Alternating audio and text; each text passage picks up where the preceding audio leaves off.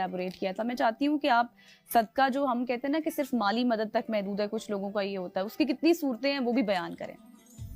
بسم اللہ الرحمن الرحیم. صدقہ حقیقت میں دوسرے کے کام آنا سب سے آسان ہے. بالکل کہ دوسرے کی کسی بھی معاملے کے اندر، جیسے شروع میں میں نے ابتدا کے اندر بیان کی ہے کہ اس کے اندر نبی علیہ الصلوۃ والسلام کی ایک حدیث مبارکہ ہے کہ اگر میرے پاس احد پہاڑ کے برابر بھی مال و دولت ہو تو وہ میں اللہ کی راہ میں خرچ کر دوں، اور میں صرف اتنا اپنے پاس بچاؤں کہ جو مجھ پر قرض ہو. یعنی اللہ کے نبی صلی اللہ علیہ وسلم نے اللہ کی راہ میں خرچ کرنے کو زیادہ اہمیت دی. پھر اگر صحابہ اکرام رضوان اللہ تعالیٰ علیہم اجمعین کی زندگی کو عملی طور پر دیکھا جائے تو انہوں نے عملی طور پر دوسرے کی خیرخواہی کے لیے میدان عمل میں نکلے، عملی طور پر، جو آج ہمارے معاشرے کے اندر ناپید ہو چکا ہے. یہ بھی ہے کہ ہم عملی طور پہ کسی کے کام آئیں، کسی کی خیر کے کام آئیں. خصوصاً اس وقت آپ دیکھیں بہت سارے معاملات، اور پاکستان کے اندر طرح طرح کے لوگ مسائل کا شکار ہیں، ڈپریشن کے شکار ہیں، کسی قسم کی کوئی بیماری ہے، کسی کے ساتھ کوئی تو اس طرح کے معاملات کے اندر پیش رہنا یہ بھی ایک صدقے کی ایک اقسام ہے کہ اس کو ڈپریشن سے آپ نکالیں، اس کو کسی قسم کی کوئی ٹینشن ہے اس سے وہ نکالیں. بہت سارے لوگ خودکشیوں کی طرف جا رہے ہیں، اس سے ان کو واپس اپنی زندگی کے رخ کی طرف لائیں. یہ بھی بہترین صدقات میں سے انسان کی حفاظت کر رہا ہے. تو یہ بہت ساری وہ عملی مثالیں ہیں کہ جس کو ہم اپنا کر حقیقت میں صدقات کے بہترین عمل کی طرف جا سکتے ہیں. بقیہ تو صدقہ جیسے صدقہ رد البلا، اور شروع میں نے کہا کہ صدقہ تمام بلاؤں کو ٹال دیتا ہے. اگر آپ کسی دوسرے کے کام آ جاتے تو میرے خیال میں آپ کی اپنی بلا بھی اللہ رب العزت آپ کے لیے آسانیاں پیدا کر دیتا ہے.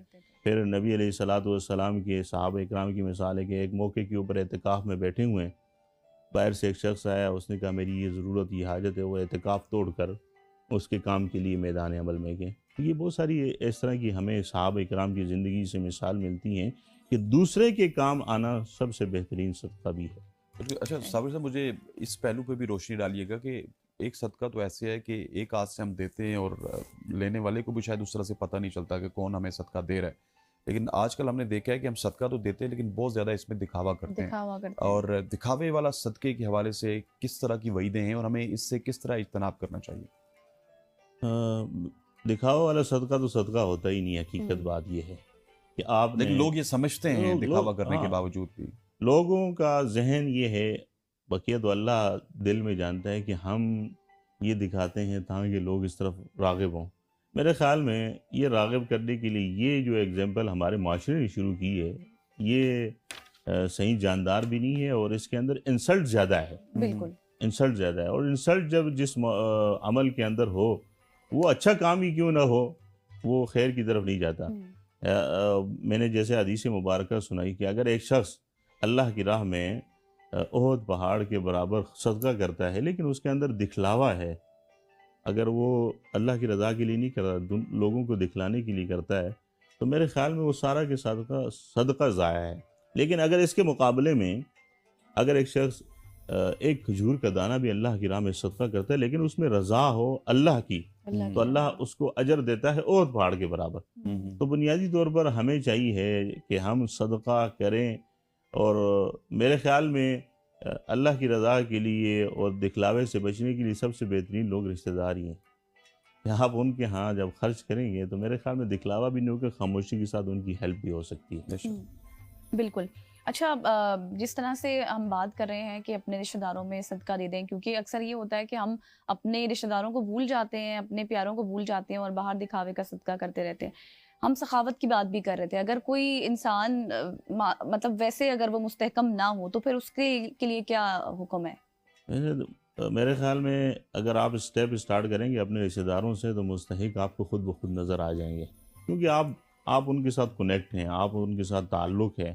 لیکن جب آپ باہر کسی قسم کا صدقہ، خیرات، زکوٰۃ، دیگر امور خرچ کرتے ہیں تو وہاں پر آپ کو جانچ پڑتال کرنے کی بہت زیادہ ضرورت ہو جاتی ہے، اور بہت زیادہ اہمیت کے حامل بھی ہو جاتی ہے کہ وہاں پر جس طرح حدیث مبارکہ میں آتا ہے جس طرح آپ کے اوپر زکوٰۃ واجب ہے، اس طرح تحقیق کے ساتھ اس زکوٰۃ کو ادا کرنا بھی واجب ہے. یعنی صحیح معنوں میں جگہ پر صرف کریں، یہ اس کی تحقیق کرنا بھی ضروری.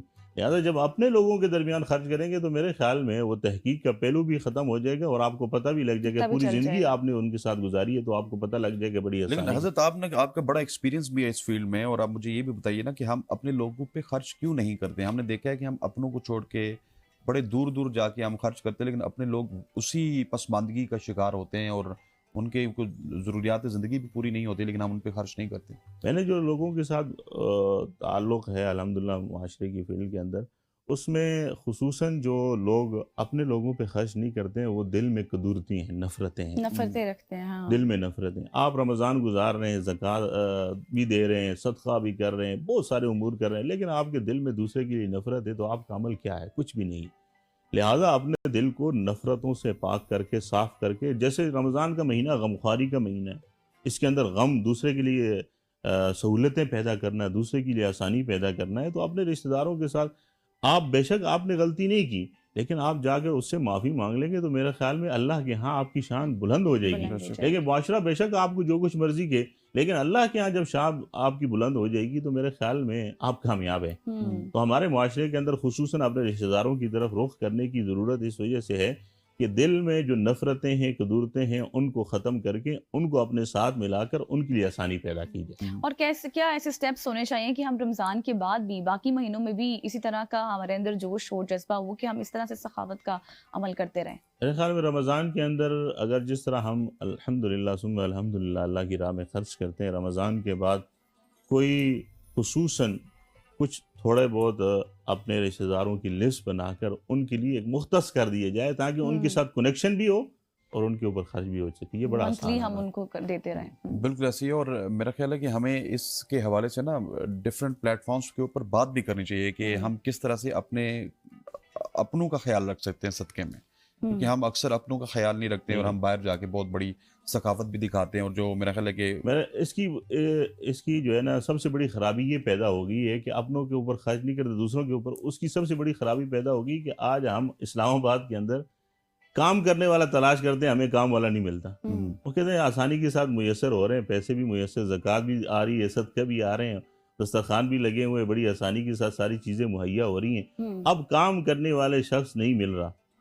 وہ کہتے ہیں ہمیں کام کرنے کی ضرورت ہی نہیں، ہمیں وافر مقدار میں پیسہ بھی الحمدللہ مل رہا ہے ایک جگہ بیٹھے بیٹھے، اور وہ کام کرنے کو ان کا دل بھی نہیں کرتا۔